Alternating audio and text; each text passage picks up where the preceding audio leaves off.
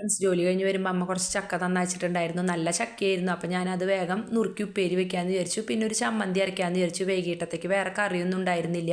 അപ്പോൾ ഞാൻ വേഗം ചക്കയൊക്കെ നുറുക്കിയെടുത്തു. നുറുക്കിയെടുത്തതിന് ശേഷം അതൊക്കെ കഴുകി വാരി ഞാൻ അടുപ്പത്ത് വെച്ചു. അതിന് ശേഷം അതിലേക്കുള്ള വെളുത്തുള്ളിയും ചുമന്നുള്ളിയൊക്കെ നന്നാക്കി എടുക്കുകയാണ്. അപ്പോൾ ചമ്മന്തി ചെമ്മിയാനോണ്ടാണ് ഉണ്ടാക്കണത്. അപ്പോൾ ചുമന്നുള്ളി ഇത്തിരി അധികം വേണം ചമ്മന്തിയിലേക്ക്. അപ്പോൾ അങ്ങനെ ബിജേഷേട്ടൻ പറഞ്ഞു മാങ്ങിയിട്ടിട്ട് അരച്ചാൽ മതി എന്ന് പറഞ്ഞു. അപ്പോൾ ഞാൻ പറഞ്ഞു ഇവിടെ മാങ്ങയില്ല എന്ന് പറഞ്ഞപ്പോൾ ആൾ പോയിട്ട് ഒരു മാങ്ങയൊക്കെ പൊട്ടിച്ചിട്ട് വന്നു. നമ്മുടെ വീട്ടിലില്ല മാവൊന്നും, തൊട്ടപ്പുറത്തെ വീട്ടിലുണ്ട്. അപ്പോൾ അവിടെ നിന്ന് പോയിട്ട് ഒരു മാങ്ങയൊക്കെ പൊട്ടിച്ചിട്ട് വന്നു. അപ്പോഴേക്കും ചക്കയൊക്കെ വെന്ത് വന്നപ്പോൾ ഞാനത് കാച്ചെടുക്കാനായിട്ട് നോക്കുകയാണ്. നല്ല ചക്കയായിരുന്നു, നന്നായിട്ട് വേവണ നല്ല ഉടയണ ചക്കയായിരുന്നു. അങ്ങനത്തെ ഉപ്പേരിയാണ് ഇവിടെ ഇഷ്ടം. അപ്പോൾ ഞാൻ ഇത്തിരി ഗ്രേവി ആയിട്ട് ഉണ്ടാക്കിയെടുക്കണത്. എന്താണെന്ന് വെച്ചാൽ വേറെ കറിയൊന്നും ഇല്ലാത്ത കാരണം ഞാൻ ഇത്തിരി ഗ്രേവി ആയിട്ട് ചക്കുപ്പേരിയൊക്കെ കാച്ചിയെടുത്തു.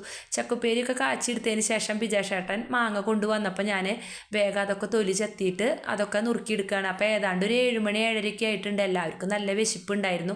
അപ്പോൾ ഞാൻ പിന്നെ ചെമ്മിയാനൊക്കെ പൊട്ടിച്ചിട്ട് അത് കഴുകി വാരിയിട്ട് ഒരു കിണ്ണത്തിൽ പരത്തി വെച്ചു.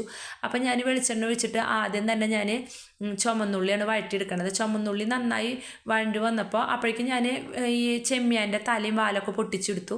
എനിക്കത് ഇഷ്ടമില്ല. അപ്പോൾ ഞാൻ അതൊക്കെ പൊട്ടിച്ച് കളഞ്ഞു. എന്നിട്ട് ഞാൻ മാങ്ങയൊക്കെ വാട്ടാനായിട്ട് ഇട്ടു. അപ്പോൾ മാങ്ങയൊക്കെ വാടി വന്നപ്പോൾ പിന്നെ ഞാൻ അതൊക്കെ നന്നായി മൂത്ത് വന്നപ്പോൾ ചെമ്മിയാൻ ഇട്ട് കൊടുത്തു. അപ്പോൾ വെള്ളമൊന്നും പാടില്ല, നന്നായിട്ട് വെള്ളമില്ലാണ്ട് നന്നായി വാട്ടി മൊരിച്ചെടുക്കണം. എന്നാലാണ് ചമ്മന്തി ടേസ്റ്റ്. പിന്നെ 2-3-4 ദിവസം ഇരിക്കുകയുള്ളൂ. അപ്പം അങ്ങനെ അതൊക്കെ നന്നായി മൂത്ത് വന്നപ്പോൾ ഞാൻ വേഗം മിക്സിയുടെ ജാറിലേക്ക് ഇട്ട് കൊടുത്തിട്ട് നന്നായിട്ട് അരച്ചെടുത്തു. അപ്പോൾ നല്ല ടേസ്റ്റുള്ള ചമ്മന്തി ആയിരുന്നു. അപ്പോൾ നിങ്ങളിതുപോലെ ചെയ്ത് നോക്കണം. എന്നിട്ട് എങ്ങനെയുണ്ടെന്ന് കമൻറ്റിലൂടെ പറയണം. ഇതിൽ നാളികേരം ഇട്ടിട്ട് അരയ്ക്കാം, പക്ഷെ അത് അത്ര ദിവസമൊന്നും ഇരിക്കില്ല. എന്നിട്ട് ഞാൻ ആദ്യം ചോറൊക്കെ വിളമ്പിയിട്ട് ചമ്മന്തിയും ഉപ്പേരിയും പപ്പടമൊക്കെ ഇട്ടിട്ട് ആദ്യം തന്നെ ഞാൻ ടേസ്റ്റ് ചെയ്തു.